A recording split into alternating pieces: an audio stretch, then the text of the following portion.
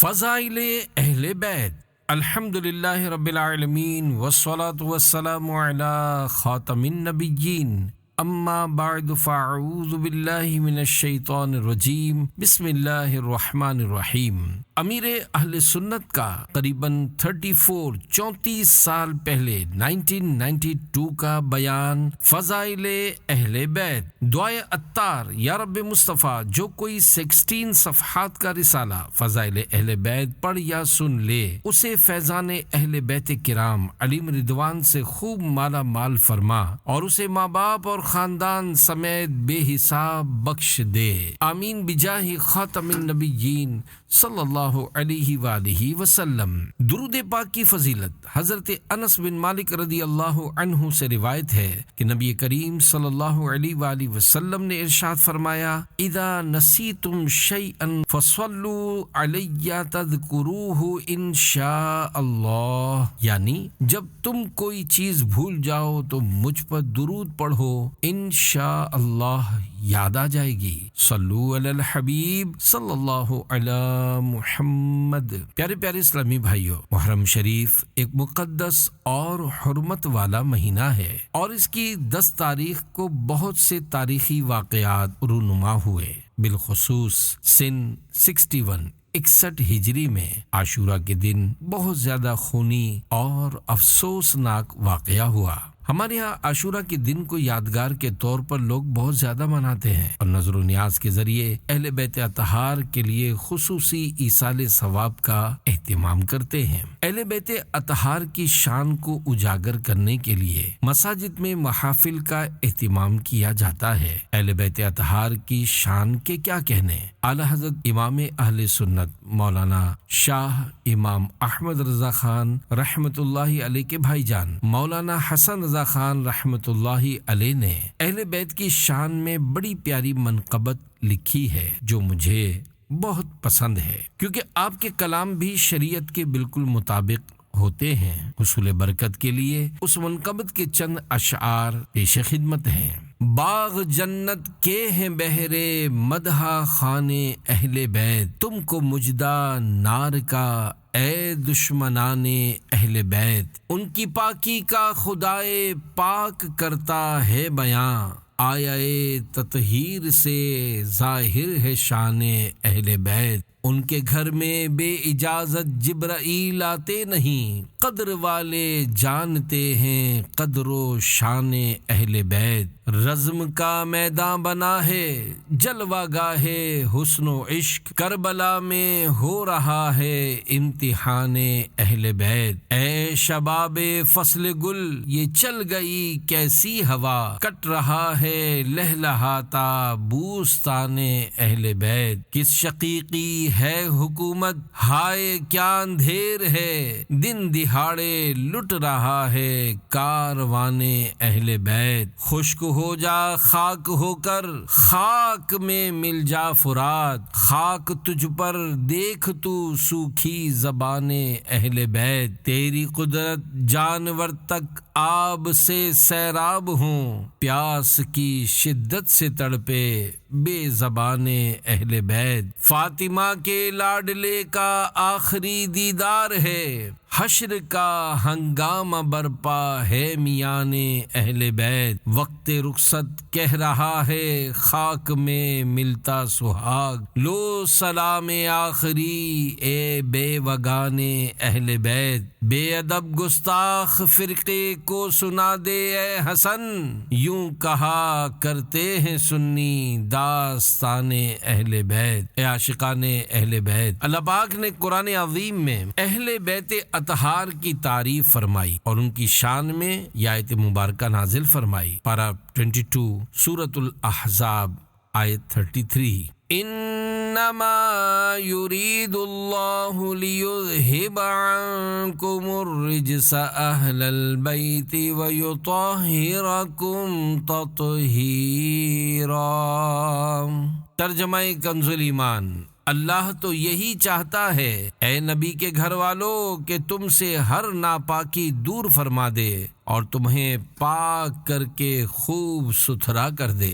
حضرت عمرو بن سلیم رضی اللہ عنہ فرماتے ہیں، یہ آیت تطہیر یعنی پاکی بیان کرنے والی آیت ام المومنین حضرت ام سلمہ رضی اللہ عنہا کے گھر میں نازل ہوئی، اور جب یہ آیت مبارکہ نازل ہوئی تو نبی کریم صلی اللہ علیہ وآلہ وسلم نے حضرات حسنین کریمین رضی اللہ عنہما اور بی بی فاطمہ الزہرا رضی اللہ عنہا کو بلایا، ان تینوں کو اپنی چادر مبارک میں چھپا لیا اور دعا فرمائی، اے اللہ یہ میرے اہل بیت ہیں، ان سے نجاست کو دور فرما اور انہیں پاک و صاف کر دے۔ اس وقت مولا مشکل کشا علی المرتضی رضی اللہ عنہ رحمت عالم صلی اللہ علیہ وآلہ وسلم کی پشت اطہر کے پیچھے تھے۔ اہل بیت سے مراد کون؟ اہل بیت سے مراد کون ہیں؟ اس حوالے سے حضرت مولانا سید محمد نعیم الدین مراد آبادی رحمت اللہ علیہ فرماتے ہیں، اس سے مراد امہات المومنین بی بی فاطمہ، مولا علی اور حسنین کریمین رضوان اللہ علیہم اجمعین ہیں۔ آیہ تطہیر کی طرف اشارہ کرتے ہوئے مولانا حسن رضا خان رحمت اللہ علیہ نے کیا خوب فرمایا ہے، ان کی پاکی کا خدائے پاک کرتا ہے بیاں، آیہ تطہیر سے ظاہر ہے شان اہل بیت۔ افضلیت میں ترتیب، اے عاشقان اہل بیت جن کی شان یہ ہو کہ ان کے گھر میں حضرت جبریل علیہ السلام بھی بے اجازت نہیں جاتے، ان کے ساتھ لوگوں نے کیسا سلوک کیا، دنیا کی محبت، دنیا پرستی اور اپنے اقتدار کو بچانے کی خاطر ان پر مظالم کے پہاڑ توڑے گئے۔ حسنین کریمین رضی اللہ عنہما کا مرتبہ بہت بلند ہے، مگر ہم اہل سنت کے نزدیک رتبے کے لحاظ سے ترتیب کچھ اس طرح ہے۔ حضرت علامہ مولانا مفتی محمد امجد علی اعظمی رحمت اللہ علیہ فرماتے ہیں، تمام صحابہ کرام اعلیٰ و ادنا، اور ان میں ادنا کوئی نہیں، سب جنتی ہیں۔ بعد انبیاء و مرسلین تمام مخلوقات الہی، انس و جن و ملک یعنی انسانوں، جنوں اور فرشتوں سے افضل صدیق اکبر ہیں، پھر عمر فاروق اعظم، پھر عثمان غنی، پھر مولا علی رضی اللہ عنہم۔ جو شخص مولا علی رضی اللہ عنہ کو حضرت صدیق یا فاروق رضی اللہ عنہما سے افضل بتائے، گمراہ بد مذہب ہے۔ خلفائے اربعہ راشدین کے بعد بقیہ عشرہ مبشرہ و حضرات حسنین و اصحاب بدر و اصحاب بیت الرضوان کے لیے افضلیت ہے۔ شان حسنین کریمین، پیارے پیارے اسلامی بھائیوں، جو بندہ اللہ پاک کا جتنا محبوب ہوتا ہے اس کا امتحان بھی اتنا کڑا ہوتا ہے، نیز جتنے درجات بڑھتے چلے جاتے ہیں امتحان بھی اتنا سخت ہوتا چلا جاتا ہے۔ اسے یوں سمجھیے، پہلی، دوسری، تیسری، چوتھی اور پانچویں کلاس کا امتحان اتنا سخت نہیں ہوتا، لیکن میٹرک اور اس کے بعد والی کلاسز کا امتحان زیادہ سخت ہوتا ہے۔ تو یوں جتنی کلاس اوپر ہوتی چلی جاتی ہے امتحان اتنا سخت اور مشکل ہوتا چلا جاتا ہے، اور پھر مشکل امتحان کے بعد جو سند ملتی ہے اس کی اہمیت بھی اتنی زیادہ ہوتی ہے۔ حضرات حسنین کریمین رضی اللہ عنہما کا امتحان بھی بڑا سخت تھا،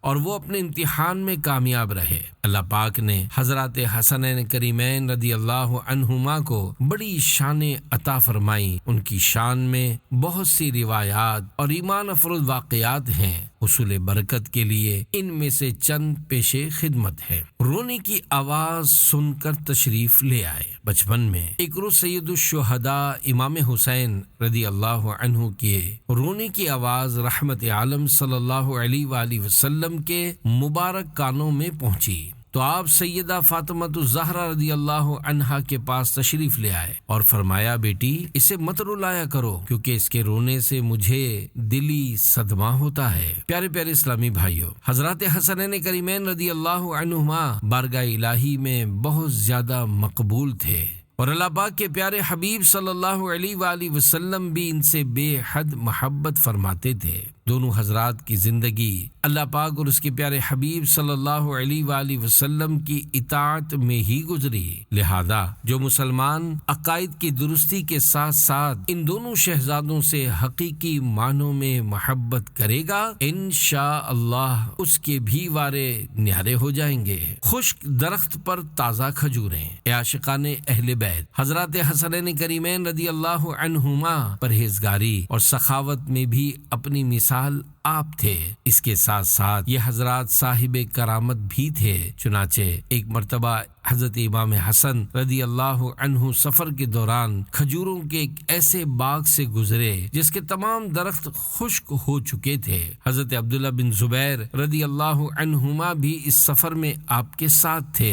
حضرت امام حسن رضی اللہ عنہ نے اس باغ میں پڑاؤ ڈالا، یعنی قیام کیا۔ خدام نے ایک سوکھے درخت کے نیچے آرام کے لیے بچھونا بچھا دیا۔ حضرت عبداللہ بن زبیر رضی اللہ عنہما نے عرض کی، اے نواسۂ رسول، کاش اس سوکھے درخت پر تازہ کھجوریں ہوتی تو ہم سیر ہو کر کھاتے۔ یہ سن کر حضرت امام حسن مجتبی رضی اللہ عنہ نے آہستہ آواز میں کوئی دعا پڑھی، جس کی برکت سے چند لمحوں میں وہ سوکھا درخت سر سبز و شاداب ہو گیا اور اس میں تازہ پکی ہوئی کھجوریں آ گئیں۔ یہ منظر دیکھ کر ایک شتربان یعنی اونٹ ہانکنے والا کہنے لگا، یہ سب جادو کا کرشمہ ہے۔ حضرت عبداللہ بن زبیر رضی اللہ عنہما نے اسے ڈانٹا اور فرمایا، توبہ کر، یہ جادو نہیں بلکہ شہزادہ رسول کی دعائیں مقبول ہے۔ پیارے پیارے اسلامی بھائیوں، اتنی عظیم الشان ہستی ہونے کے باوجود حضرت امام حسن رضی اللہ عنہ خوف خدا سے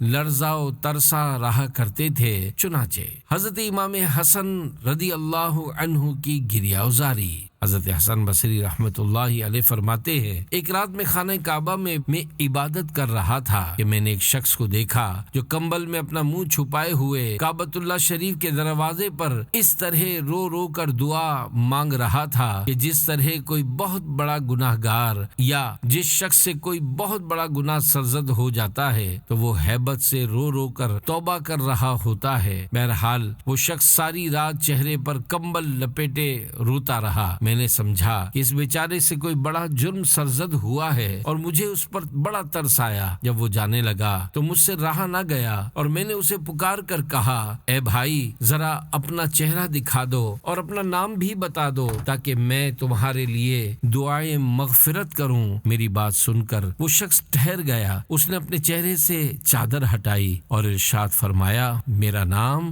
حسن ہے۔ چونکہ حضرت حسن بصری رحمت اللہ علیہ امام حسن رضی اللہ عنہ کو پہچانتے تھے، جیسے ہی چہرہ دیکھا تو ایک دم چونک پڑے کہ یہ تو سید الاسخیاء راکب دوش مصطفیٰ نواسہ احمد مجتبی امام حسن رضی اللہ عنہ ہیں۔ حضرت حسن بصری رحمت اللہ علیہ فرماتے ہیں، میں نادم ہو کر دوڑا اور ان کے قدموں میں گر کر عرض گزار ہوا، حضور، آپ اتنے اونچے گھرانے سے تعلق رکھتے ہیں اور آپ کی شان تقوی اور شان عبادت کے کیا کہنے ہیں، اس کے باوجود آپ اس قدر گریہ ازاری کرتے ہیں۔ یہ سن کر حضرت امام حسن مجتبی رضی اللہ عنہ پر ایک بار پھر رقت طاری ہوئی اور روتے ہوئے فرمانے لگے، اے حسن بصری، یہ وہ بارگاہ ہے کہ جہاں بڑے بڑے لوگ اپنا قدم رکھتے ہوئے ڈرتے ہیں۔ میرے نانا جان رحمت عالمیان صلی اللہ علیہ وآلہ وسلم میری امی جان سے کچھ اس طرح ارشاد فرماتے تھے، اے فاطمہ، یہ مت سمجھنا کہ تو میری بیٹی ہے، بلکہ عمل کر، عمل کر، عمل کر۔ اے حسن بصری، خوب سمجھ لو کہ جب سیدۃ النساء نور چشم مصطفیٰ سیدہ فاطمۃ الزہرا کو عمل کی حاجت ہے تو پھر میں کیا ہستی رکھتا ہوں۔ حضرت حسن بصری رحمت اللہ علیہ فرماتے ہیں، مجھ پر حضرت امام حسن رضی اللہ عنہ کی رقت انگیز گفتگو کا بہت اثر ہوا۔ میری چیخ نکل گئی اور میں بے ہوش ہو کر گر گیا۔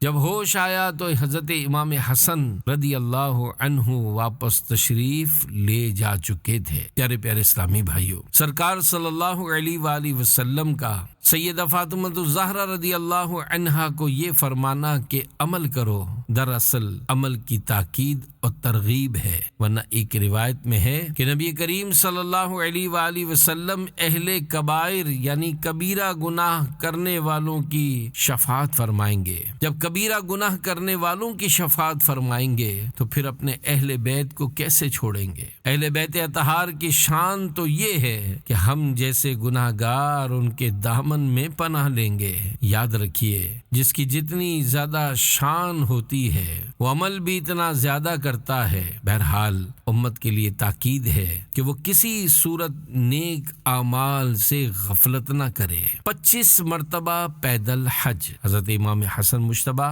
اور حضرت امام حسین رضی اللہ عنہما نے 25 بار پیدل حج کیے۔ سواریوں کے ہوتے ہوئے پیدل کیوں؟ حضرت امام حسن مجتبی رضی اللہ عنہ سے کسی نے عرض کی، سواریوں کے ہوتے ہوئے آپ پیدل کیوں جاتے ہیں؟ تو آپ نے ارشاد فرمایا، مجھے شرم آتی ہے کہ میں اپنے مالک و مولا کی بارگاہ کی طرف سوار ہو کر جاؤں۔ غلام کو آزاد کر دیا۔ ایک بار حضرت امام حسن مجتبی رضی اللہ عنہ نے اپنے خادم کو کھانا لانے کا حکم دیا۔ جب وہ کھانا لے کر آپ کے قریب پہنچا تو اتفاق سے اسے ٹھوکر لگی، جس کے باعث وہ کھانا حضرت امام حسن مجتبی رضی اللہ عنہ پر جا گرا اور آپ کے کپڑے اس سے آلودہ ہو گئے۔ چونکہ وہ خادم قرآن پاک کو جاننے والا تھا، اس لیے اس کی زبان پر یہ آیت مبارکہ جاری ہو گئی۔ پارہ 4 سورہ آل عمران آیت 134، وَالْكَاظِمِينَ الْغَيْظَ وَالْعَافِينَ عَنِ النَّاسِ۔ ترجمہ کنز ایمان، اور غصہ پینے والے اور لوگوں سے درگزر کرنے والے۔ یعنی مومن کی شان یہ ہے کہ وہ درگزر کرنے والا ہوتا ہے، نہ کہ موقع کی طاق میں رہنے والا کہ جیسے ہی موقع ملے فوراً بدلہ لے لے، جیسا کہ ہم لوگوں کا طریقہ ہے کہ اگر ہمیں کسی نے 4 آدمیوں کے سامنے ڈانٹ دیا تو ہم اسے 1000 آدمیوں کے سامنے ذلیل کرنے کی کوشش کرتے ہیں، جبکہ ہمارے بزرگان دین رحمت اللہ علیہم اپنے نفس کی خاطر کسی سے بدلہ نہیں لیتے تھے۔ بہرحال جب خادم نے اس آیت مبارکہ کی تلاوت کی تو اسی وقت حضرت امام حسن رضی اللہ عنہ کی زبان مبارک پر جاری ہوا، قد عفوت عنک، یعنی میں نے تجھے معاف کیا۔ خادم نے یہ سنتے ہی آیت مبارکہ کا اگلا حصہ تلاوت کیا، واللہ یحب المحسنین۔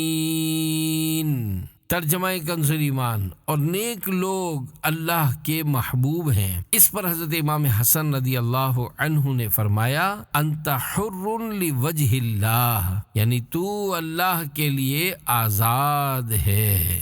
پیارے پیارے اسلامی بھائیوں، دیکھا آپ نے کپڑے خراب ہو جانے کے باوجود حضرت امام حسن رضی اللہ عنہ اپنے خادم سے کس طرح حسن اخلاق سے پیش آئے۔ غور کیجئے، اگر ہمیں اپنے کسی نوکر یا ملازم کی ٹھوکر لگ جائے تو ہمارے منہ سے فوراً اس طرح کے جملے نکلتے ہیں، اندھے ہو کیا، دیکھ کر نہیں چل سکتے، آخر اتنی جلدی کیا تھی، تم نے میرے کپڑوں کا ستیہ ناش کر دیا، وغیرہ وغیرہ۔ بعض سیٹ ایسے موقع پر 2-4 گالیاں بھی نکال دیتے ہیں، اور یوں ملازم گناہ گار ہو یا نہ ہو، البتہ سیٹ ضرور گناہ گار ہو جاتا ہے۔ دیکھیے ہمارے بزرگان دین رحمت اللہ علیہم کیسے با اخلاق ہوا کرتے تھے کہ حضرت امام حسن رضی اللہ عنہ نے اپنے خادم کو اس کے جرم کی کتنی پیاری سزا دی کہ اسے آزاد کر دیا۔ اللہ پاک ہمیں ان نفوس قدسیہ کے فیوز و برکات سے مالا مال فرمائے، آمین، بجاہ خاتم النبیین صلی اللہ علیہ وآلہ وسلم۔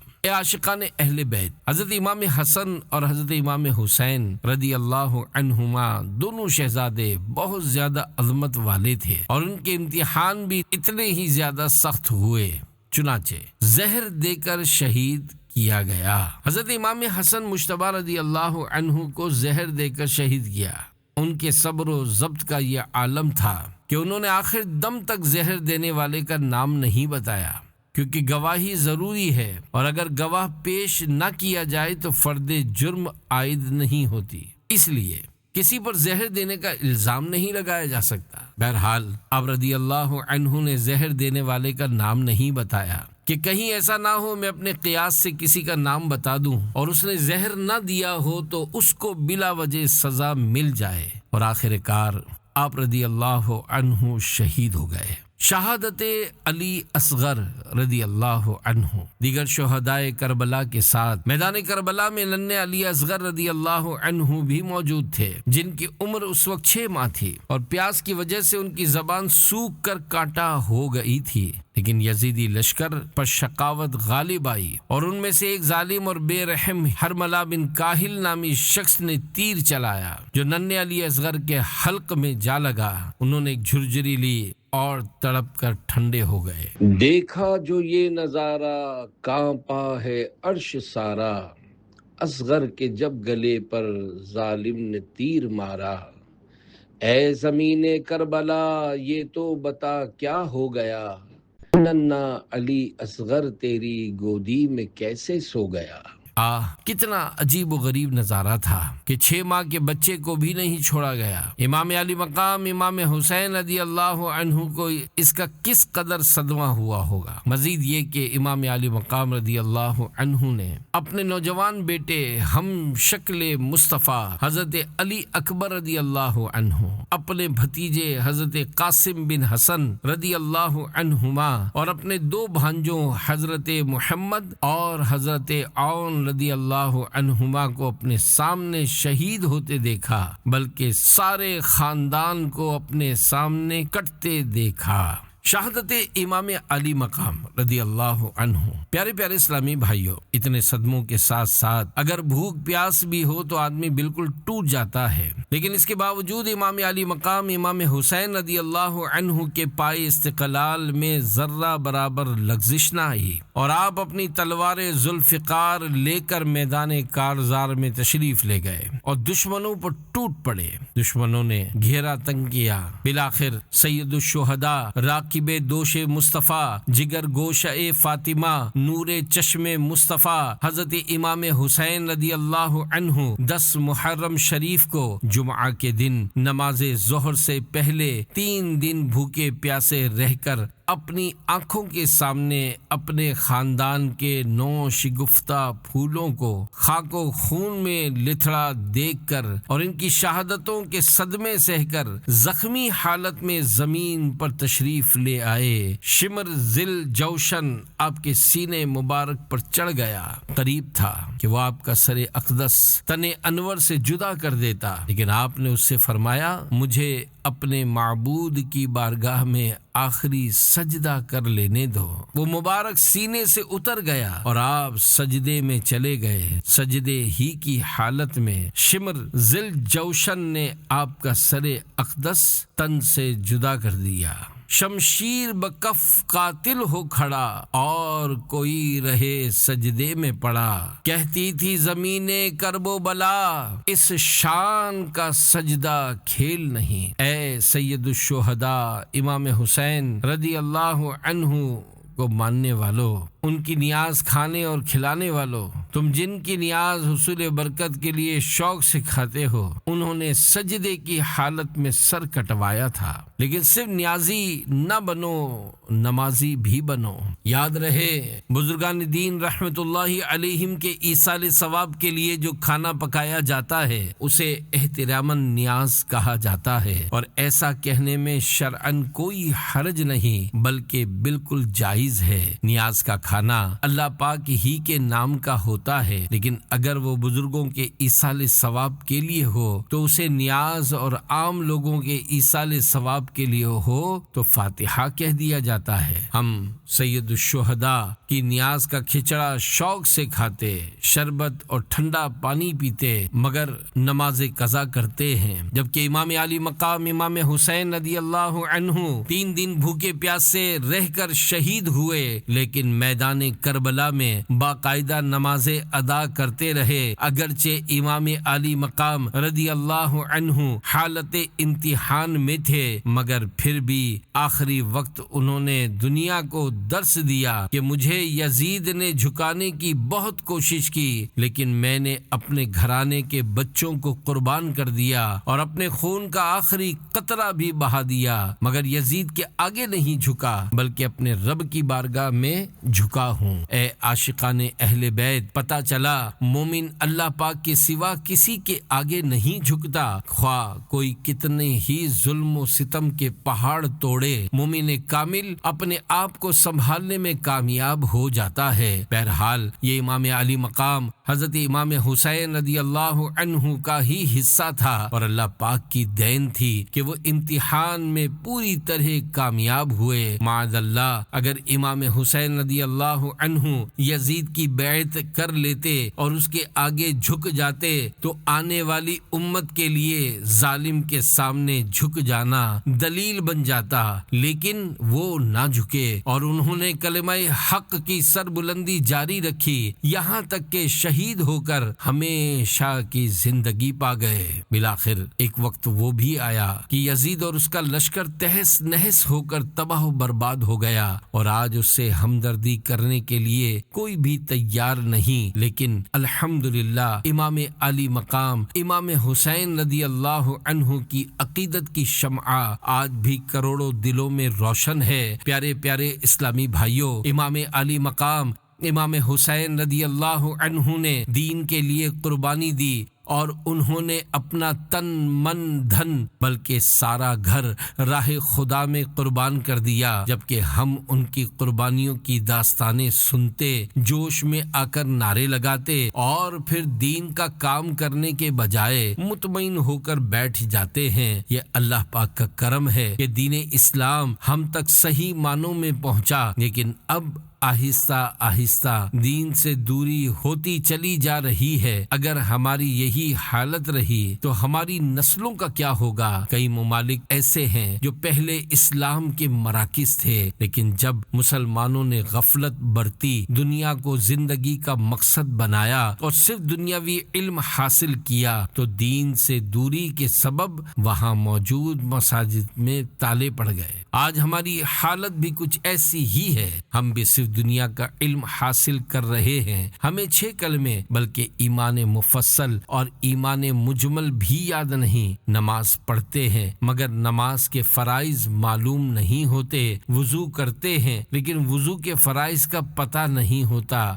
یہی حال دیگر معاملات میں بھی ہے۔ اولاد کی صحیح معنوں میں تربیت نہ کرنے کی وجہ سے صورتحال یہ ہے کہ جس باپ نے پیٹ کاٹ کر پالا تھا، بیٹا اس کا جنازہ نہیں پڑھا سکتا کیونکہ وہ ماڈرن ہوتا ہے، اسے درست طریقے سے نماز پڑھنا نہیں آتی، تو اس نے کبھی بھول کر بھی اس طرف غور نہیں کیا ہوتا کہ مجھے جنازے کی دعا بھی یاد کرنی چاہیے، اور اسے یہ بھی نہیں پتا ہوتا کہ نماز جنازے میں کتنی تکبیریں کہی جاتی ہیں۔ بہت سے لوگ جب نماز جنازہ پڑھنے کے لیے کھڑے ہوتے ہیں تو بیچارے کنکھیوں سے ایک دوسرے کو دیکھ کر نماز پوری کرتے ہیں، اور بعض بیچارے تکبیرات کے وقت نماز عید کی طرح کانوں تک ہاتھ اٹھاتے ہیں، تو یوں بس نماز جنازہ میں رسمی طور پر شریک ہوتے ہیں۔ غسل میت کی بھی کچھ ایسی ہی صورتحال ہے کہ گھر میں باپ کی لاش رکھی ہوتی ہے لیکن بیٹا غسل نہیں دے سکتا کیونکہ اس نے کبھی سیکھا نہیں ہوتا کہ میت کو کیسے غسل دیا جاتا ہے۔ باپ نے بھی زندگی بھر کبھی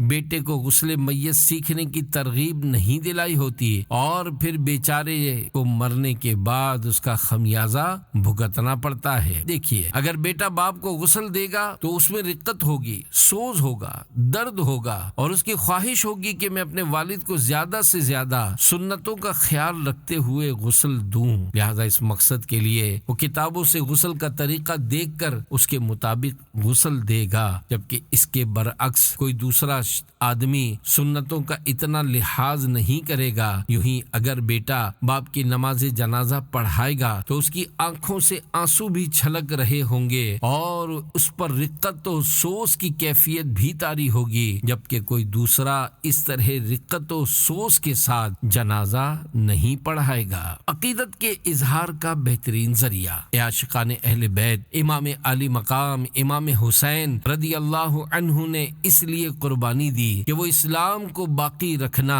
اور اسلام کے شجر کو ہرا بھرا دیکھنا چاہتے تھے، لیکن افسوس ہم اپنے ہاتھوں سب کچھ پامال کرتے چلے جا رہے ہیں۔ جہاں ہماری ساری تعلیم، سارا کاروبار اور سارے علوم و فنون دنیا کے لیے ہیں، وہاں اے کاش ہم اپنا تھوڑا سا وقت اس اسلام کی خاطر بھی نکالیں جسے بچانے کے لیے امام علی مقام امام حسین رضی اللہ عنہ نے سید الشہداء کا لقب پایا اور اپنے خون سے اس کی آبیاری کی۔ اے کاش ہم بھی اپنے بچوں کو اپنے گھر بار اور کاروبار کو چھوڑنا سیکھیں اور امام علی مقام کے نقش قدم پر چلتے ہوئے ہم بھی دین کے لیے سفر اختیار کریں۔ امام حسین رضی اللہ عنہ کے ایصال ثواب کے لیے اللہ کی راہ میں نکلنا ہے، سنتوں کے راستے پر پہ چلنا ہے، خود بھی سنتیں سیکھنی ہے، دوسروں کو بھی سکھانی ہے۔ اللہ پاک ہم سب کو امام علی مقام کے نقش قدم پر چل کر